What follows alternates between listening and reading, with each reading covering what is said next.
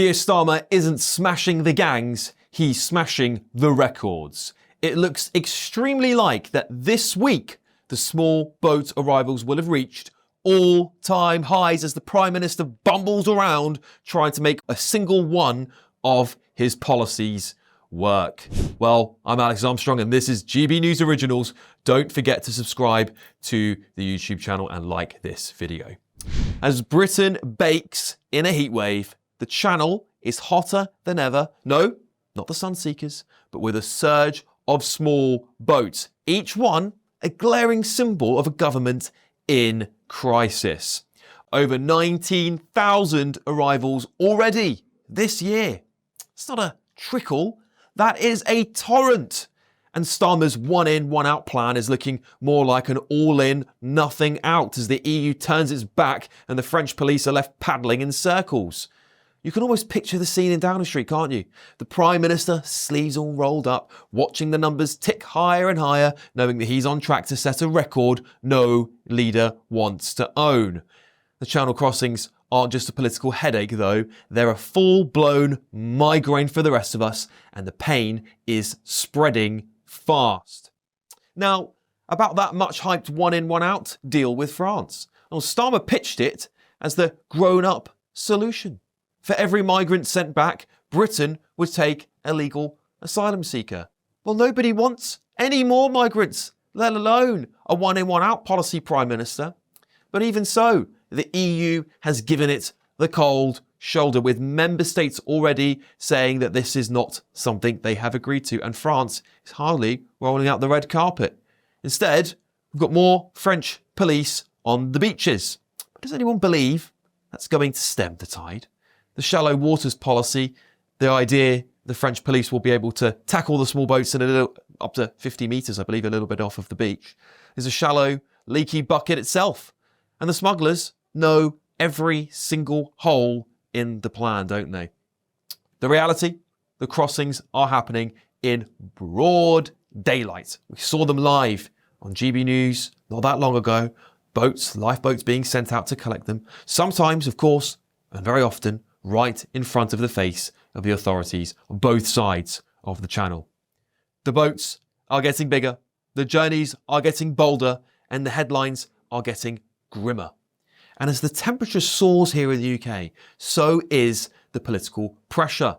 Starmer's left with a deal nobody else wants, a border that is porous as ever, and a public that is clearly losing patience, even more so by the day, if you hadn't lost your patience already.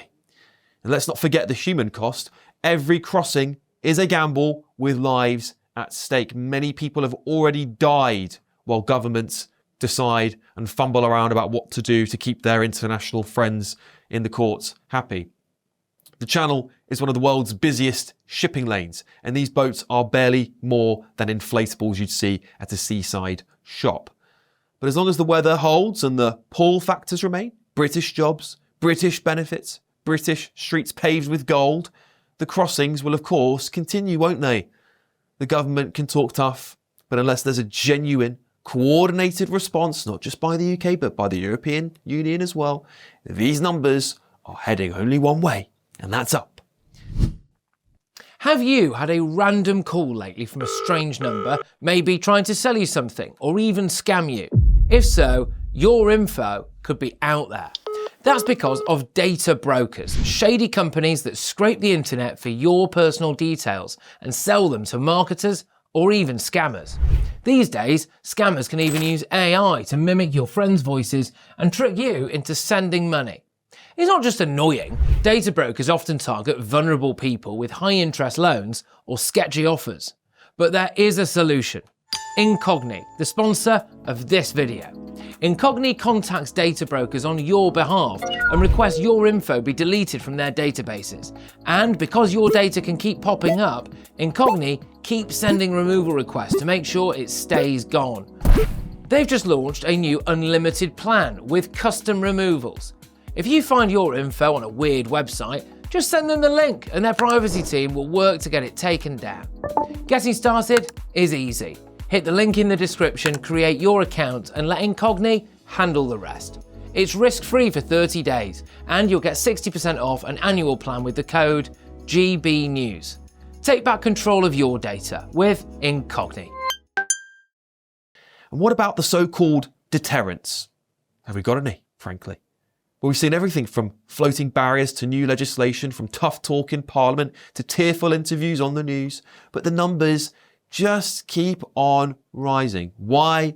Because the incentives haven't changed. The smugglers are still making fortunes. It's $1 billion industry.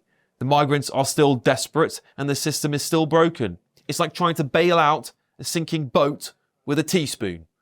Now, let's zoom out for a moment, because this problem isn't just a British problem. Italy, Greece, Spain, they're all facing similar pressures. But here is the difference. They're working with the neighbours, not just against them, and they are coordinating their responses. Britain, on the other hand, seems determined to go it alone, to draw up deals that no one else wants to sign. The result? More boats, more arrivals, more headlines, and more political pain for Keir Starmer. And even the policies we do draw up ourselves, well, they're just ineffective. Smashing the gangs. What happened to that?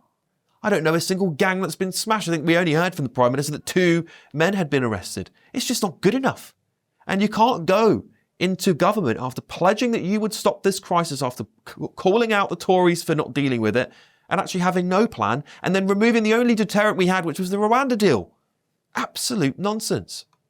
And let's talk about those numbers, shall we? Over 19,000 arrivals so far this year. That's more than the population of some British towns.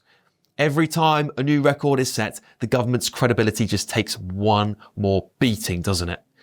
The public has lost patience, the opposition is sharpening its knives, and the Prime Minister is left sweating in this soaring heat, hoping for a miracle that is never going to come.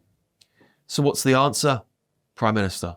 More patrols, more deals with France, more money spent on useless policies, more rhetoric? Or will you do the right thing and have a fundamental rethink of your plan?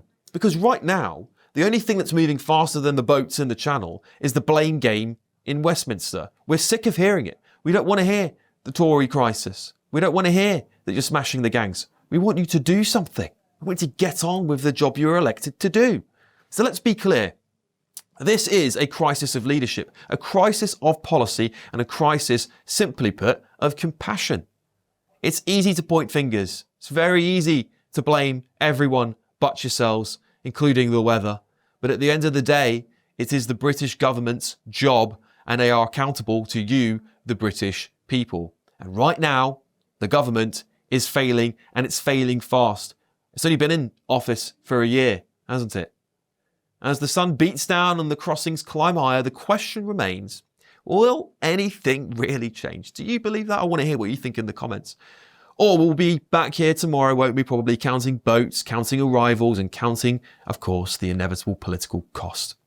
One thing is for sure, in this heat, in this glorious weather, the only thing melting faster than the ice creams on Dover's seafront is the government and Keir Starmer's credibility on the Channel crisis. And so, as the headlines roll in and the boats just keep coming, the Prime Minister is left with a choice. Double down on your failed smash the gangs policies, or finally do the right thing and be honest with the public and admit their current approach isn't working. Because if nothing changes, nothing at all changes, then the British public will simply just deserve better than a summer of empty promises and just rising numbers. So as the temperature rises and the political pressure mounts, one thing is certain: the Channel crisis isn't going anywhere, and neither, it seems, are the boats. Stay tuned to GB News, because I can guarantee you we're going to be breaking record numbers over the coming days and weeks. Thank you for tuning in. I've been Alex Armstrong, and don't forget to like this video and subscribe to the GB News YouTube channel.